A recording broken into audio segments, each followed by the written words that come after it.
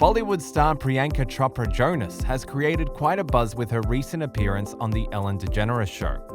This marks one of her first major interviews since her wedding to singer Nick Jonas. From not inviting Ellen to the events to her upcoming production, we have a list of things the former Miss Universe spilled the beans on during the episode. But before we jump in, please leave a like and subscribe to our channel. Don't forget to hit the bell icon to get the latest updates. Let's get into it. Why Ellen wasn't invited to the wedding? Well, apparently she was. According to the Baywatch star, an invite was sent out to the talk show host, but she never responded to it. "We were so offended that you didn't even respond to our invite though," Priyanka said to Ellen. "That's not true. There was no invite," the comedian reiterated. "That's so true," Priyanka asserted. "I thought, we're not good enough for Ellen. She wouldn't come to India. She doesn't even respond anymore. Nick, you've had such a good relationship with her." "I was very offended by him, honestly, but I'm just the wife. I don't really know anything." Number 2. Priyanka's mother wasn't happy with an intimate wedding. The beauty queen shared that her mother was not happy with the idea of having just 200 guests at her 3-day wedding. "For an Indian family and an Indian wedding, it was small for sure. My mother was so upset with me the whole time. She was like, I need to have another event for the other 150,000 people that I know. How can I not invite my jeweler? How can I not invite my hairdresser?" So it was a whole conversation, Priyanka joked.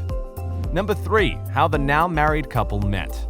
Although numerous people think the two first made contact at the 2017 Met Gala, that's not exactly true. According to Priyanka, she first spoke to Nick after he direct messaged her on Twitter. "He DM'd me actually. So millennial of us." He DM'd on Twitter saying, "I've heard we should connect and I've heard from common friends that we should meet. What do you think about that?" I was like, just text me. Number 4. Nick and Priyanka weren't aware of each other's careers. Ellen asked Priyanka if she had been a big fan of the Jonas Brothers, but the Bollywood beauty responded saying although she knew about the band, she didn't know much about it or their music. Priyanka further explained to Ellen that she and Nick didn't know much about each other, and so made a game out of it. "Nick and I both didn't know much about each other, so we did a show and tell after we started dating. We showed each other our work from when we were younger, the embarrassing stuff, the horrible things. It was great. That's how we got to know each other's careers." Number 5. Priyanka's upcoming production. The Mary Com actor disclosed that she is developing a feature film based on hit Netflix docuseries Wild Wild Country, which follows the Rajneesh cult. Not only will Priyanka star as the Indian guru Bhagwan Rajneesh's, also known as Osho, assistant Anand Sheila, she will also be producing it. "We're developing it as the character of Sheila, who was Osho's right-hand woman. And she was just devious and created a whole cult in America, brought people here," Priyanka shared. "The documentary was amazing, and I'm developing that next for me to star in and produce, which I think would be really cool."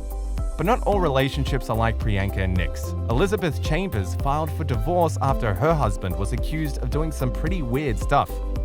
No words.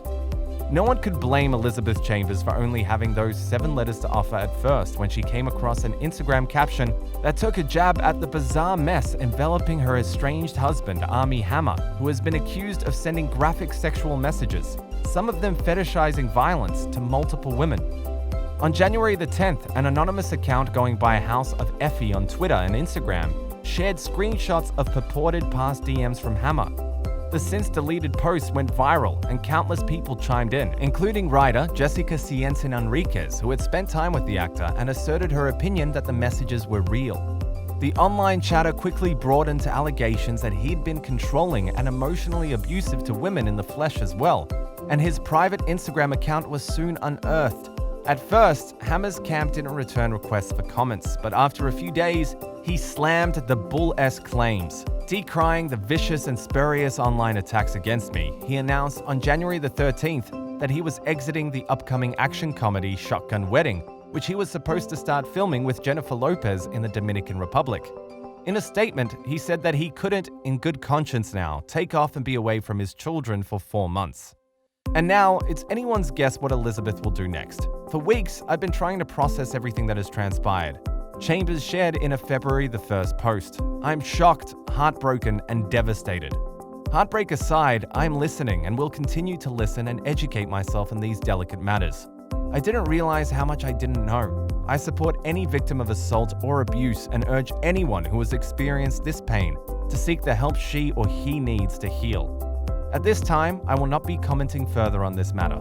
My sole focus and attention will continue to be on our children, on my work, and on healing during this incredibly difficult time. She concluded, "Thank you for all your love and support, and thank you in advance for your continued kindness, respect, and consideration for our children and me as we find ways to move forward."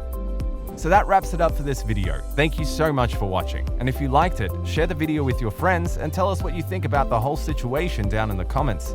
Subscribe if you haven't by now, and please make sure to hit the bell icon so you don't miss any of our upcoming videos. See you guys in the next video.